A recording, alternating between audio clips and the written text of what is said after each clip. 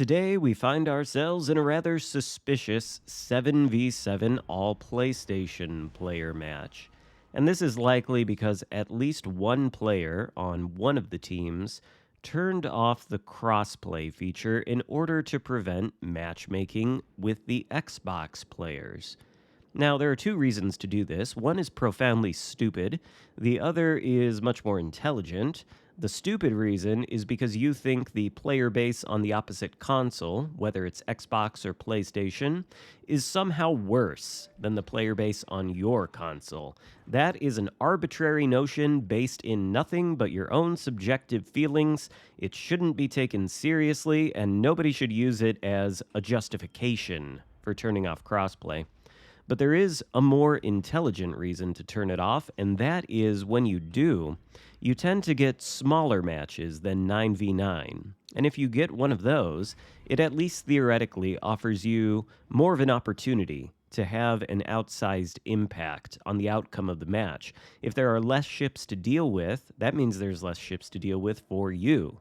And theoretically, you can have an easier time having an impact. To some degree, that can be true, but only if you're a decent player. We are going to have a pretty good impact on the outcome of this battle because we are playing the legendary tier French heavy cruiser Henri IV, which I only just recently got from the Bureau project.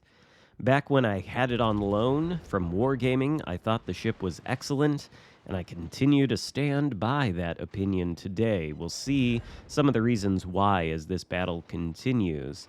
But I did hear when Wargaming debuted the Zhao recently and gave it to the CCs as a loan, that a lot of people were thinking the Zhao was somehow the ultimate HE spammer at legendary tier. And I just want to remind you that this thing exists, okay? The Henri IV is a pretty heavy cruiser. It's got bigger guns than the Zhao. These are 240 millimeter guns, meaning they offer even better penetration than something like the Zhao with its 203 millimeter guns on the HE shells. And plus, we have French armor piercing, which can come in handy dealing with broadside cruisers. It's absolutely lethal. I think people sleep on it a lot, and you shouldn't. We might be able to see an example of that in this match. But note what we're doing here. We spawn in the center, a very tricky place for any cruiser, because if you push into the center, then the enemy ships on either flank have you in a crossfire. But we've been able to back up sort of into our spawn. We've got an island behind us right now that is at least theoretically blocking the shots from the Charlie side of the map. So we really only have to worry about the Alpha Bravo side. We've got a Yamato over there, a GK that we lit on fire early on that pushed that way. And of course, we know the enemy Shimakaze is inside of the Bravo cap currently flipping it. I'd like to go after that Shimakaze, of course. You might have heard that it's the cruiser's job, or one of the cruiser's jobs, to deal with destroyers, and to a large degree that is true. But, of course, we cannot push into that Bravo cap this early on in the game when we have enemy battleships on either side of it. We'll just die. So we've got to do something else. And now we're going to push toward the Alpha cap because we notice that we've got one solitary battleship inside of the Alpha cap. I believe it's a Schlieffen, judging by the torpedoes sailing across the screen. He's a little bit above half health, but he's got a Yamato over there to deal with. He's got some as of yet unspotted enemy cruiser to deal with behind the island. There it is, a Des Moines, which is quite scary. And then there's the GK out there, who I think is still mad at us for taking so much of his HP early on with our fires. So, of course, he shoots at us, he misses. We're going to send a salvo his way, just so he feels all warm and fuzzy on his superstructure. Is there another fire? Yes. And then Des Moines comes out, as we've got a fire once again burning on the GK. Salvo of HE his way. You can see it penetrates very well, does quite a lot of damage, and starts a fire on him. We follow that up with another HE salvo, which hopefully lulls the Des Moines into a false sense of security, thinking that we won't be using the armor piercing, but no. He's broadside enough that we will. And remember what I said about the French armor piercing being very, very good.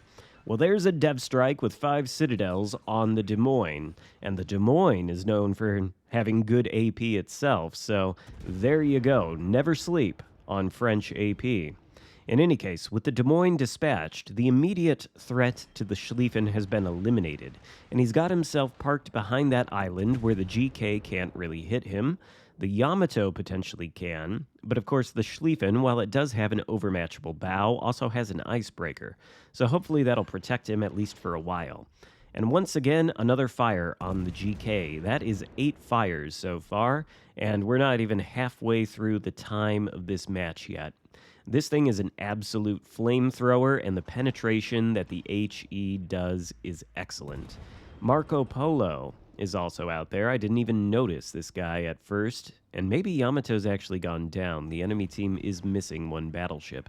But Marco Polo decides to smoke up, and we're going to lose vision on him probably here in a second, as long as he doesn't fire his main battery guns, which he does not, indicating that this particular player probably knows a thing or two about the game mechanics, which is not necessarily ideal. Means he's probably going to be a bit of a challenge. But the GK is still out there. The Schlieffen is on very low health. I think if either one of these guys gets a good hit on him, he's done for. And that's just going to leave us to defend this Alpha Cap. Meanwhile, our destroyer has managed to take Bravo after the Shimakaze flipped it, and we can assume Shima is now in Charlie, along with the rest of the enemy team, save this GK and Marco Polo. And as I suspected, the Schlieffen, caught in a crossfire between the 2 enemy battleships, goes down. Very predictable, of course. We knew it was going to happen. So now we're going to have to adjust and deal with these 2 battleships ourselves. But the Henri is a very capable vessel. It is going to be able to have no problem dealing with these 2 battleships, in large part because it's very heavily armored for a cruiser. The side plating is 30 millimeters. Marco Polo and GK both have guns smaller than 431 millimeters, so they cannot overmatch the 30 millimeter plating. And keep in mind, overmatch means penetrate regardless of angle. When you overmatch an armor portion or an armor plate, it means that when the shell makes contact with the plate, the game does not perform a ricochet calculation. It acts as if the armor doesn't exist, and you automatically penetrate. That's different from overmatch is different from regular penetrations. Of course, if I give too much of a wide angle to this GK or Marco Polo, they're going to be able to penetrate the side armor, but so long as I maintain my angling, their shells will bounce, just like the GKs did there. And I don't think a lot of people realize this. You'll see why later on in the match when we get up close and personal with the Marco Polo. A little bit of a spoiler alert there. But in any case, we are playing to our ship's strength. The Henri really should not be pushing into battleships if it can help it, but it does excel at kiting away and HE spamming as battleships push into it. That is playing right into the hands of this kingly French cruiser, let's call it. GK has been withered down to almost nothing, and our fire is lethal. Gives us the Arsonist medal and our 2nd kill of the game. That leaves the Marco Polo left on this side of the map, and the rest of the enemy team composed of the Shimakaze, a cruiser, and another enemy battleship. Well, never mind, just the Shimakaze and the cruiser, because the other enemy battleship has gone down.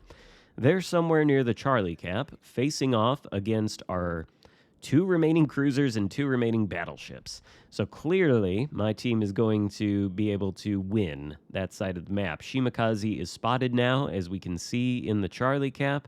I think the cruiser does have a line of fire on him, so I don't think he's going to last too much longer. And the other enemy cruiser, not sure what it is, but I doubt it can stand up to the focus fire of 2 battleships and 2 cruisers. So that just leaves the Marco Polo, who earlier, by the way, demonstrated some very good tactical awareness there. When the GK was pushing into us inside of the Alpha Cap, he was shooting, allowing us to spot him and shoot back. When we shot at the Marco Polo, he declined to shoot back. He instead went dark, and he was able to flip the Alpha Cap as a result. So this guy clearly has some sense of how to play the game well. He's doing as good of a job as he possibly can given the circumstances of his team. But he is now in the Bravo cap, and we don't want to push directly into him. My goal initially was to turn to the right a little bit, get the island there between myself and the Marco Polo, and once again start kiting away, assuming he pushes toward the left of the screen further into the Bravo cap. But you see here, he's deployed a smoke screen, so of course we can't see him. But he does have a plane, which can spot us. And I had thought, because the plane disappeared momentarily, I had thought at the time that the plane was gone. It's not. It's still spotting us. And so Marco Polo thinks now's the time to shoot. Problem is, we're angled, he hits our side armor, and all of his shells bounce. I don't think the Marco Polo is really aware of this armor scheme. If he aims directly for the bow or the stern, he will overmatch it. But if his shells hit the side plating while angled, they'll simply bounce. And now we're kind of stuck. We can't turn away without exploding flat broadside, so we have no choice but to push in. Luckily, we have torpedoes, and we're able to launch them off the starboard side right into the Marco Polo's broadside, while still maintaining our angle. Torpedoes are not quite enough to take him out, but we do get the Witherer medal, and we're up to 178,000 damage done. We run into the island, rendering ourselves stationary for a moment, but that's okay because Marco Polo's guns are not pointed the right way. And we're just trying to maybe light another fire on him. He's obviously used his DCP here. If we get a fire or two, that's probably going to be lethal to the Marco Polo, and even if he does manage to take us out, he'll probably go down himself. He's turning now in the hopes of getting his guns on target once again, but we are working very hard as we reverse to maintain our angle to him, assuming that he is going to shoot us in our side armor once more, which he does, and all of his shells bounce. Then, of course, he is on very low health, and one of our teammates manages to finish him off, which is a little bit of a shame. I would have liked to pick up the kill myself, but GG to the Marco Polo, certainly. We end the game with 194,000 damage done in a less than full match, by the way. Of course, a good deal of that came from that torpedo run, but 3,000 base XP. Certainly not a bad result, plus all the medals in the world. Hope you enjoyed the video. If so, give it a thumbs up. Consider subscribing if you haven't already, and I'll see you next time. Goodbye.